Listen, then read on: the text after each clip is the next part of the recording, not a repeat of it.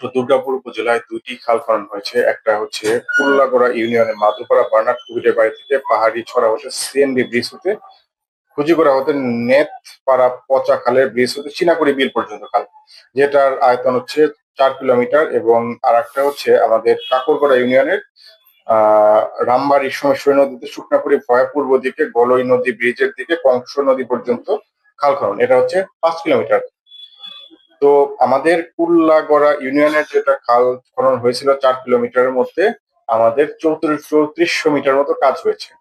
তো আমরা ৩৪০০ মিটারের বিলটা পেমেন্ট করেছি। আর কাকরগড়া ইউনিয়নের 50% কাজ হয়েছে, মানে অর্ধেক অংশের কাজ হয়েছে, অর্ধেক অংশের বিল পেমেন্ট করা হয়েছে। এবং যেটা ওয়েস্ট কস্ট শ্রমিকের মজুরিটা সংশ্লিষ্ট ব্যাংকে পেরোল দিয়ে দিয়ে দেওয়া হয়েছে। সংশ্লিষ্ট ব্যক্তিরা ব্যাংক অ্যাকাউন্টের মাধ্যমেই এই টাকাটা তুলে নিতে পারবে।